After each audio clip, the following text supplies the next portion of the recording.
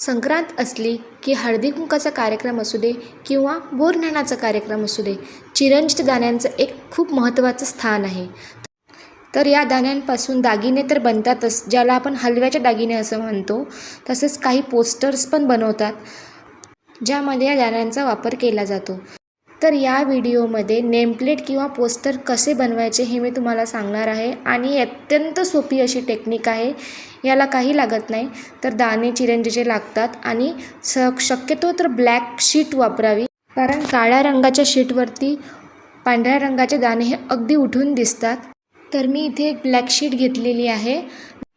नंतर त्यावरती तुम्हाला जेही लिहायचं आहे ते काळ्या कलरच्या पेनाने किंवा मग पेन्सिलनी लिहून घ्यायचं.